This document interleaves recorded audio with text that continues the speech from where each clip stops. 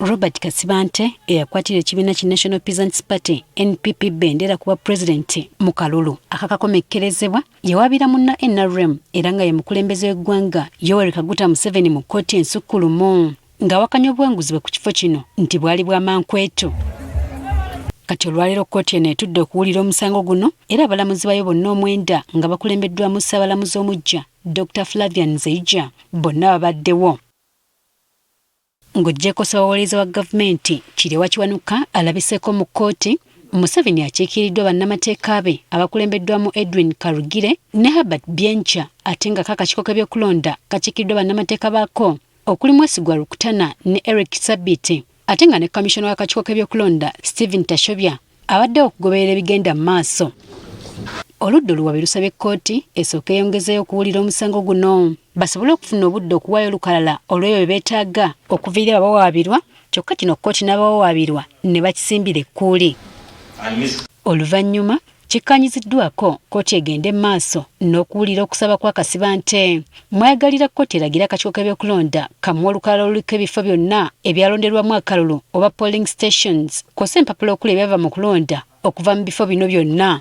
Bye tusaba kkooti etuwe engeri okulonda bwe kwatambuzibwamu nga tusaba declaration of result forms DR forms ne transmission electronic results transmission tubeere nga twongerako kusupporting omusango gwaffe. Kasibante era yagala kkooti emuwa olukusa okwekenneenya ebyuma ebyakozesebwa akakiiko k'ebyokulonda mu kugatta obululu kw'ossa akakiiko kumulaga butya ebyava mu kulonda bye batambuzibwanga okuva mu disitulikiti ez'enjawulo okutuuka mu kugattira e Lubowa, ssentebe w'akakiiko gye yasinziranga okubirangirira.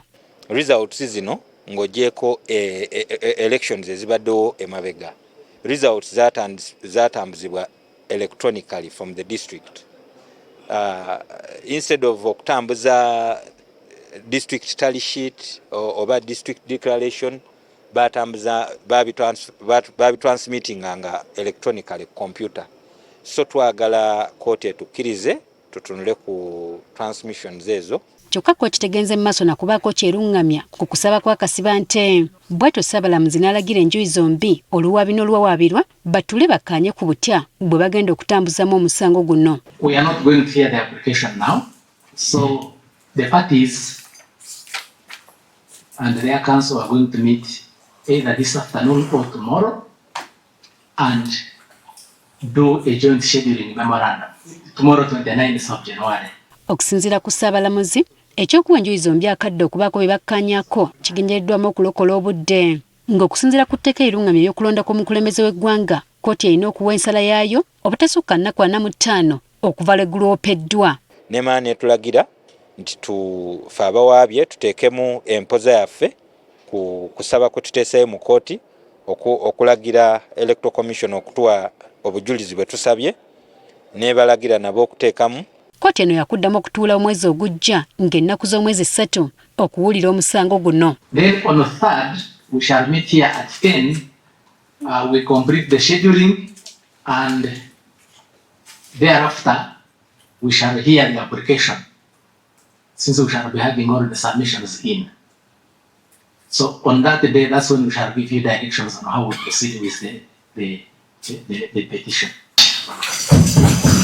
Jennifer Kabale, Agafeyo, ku Spark TV.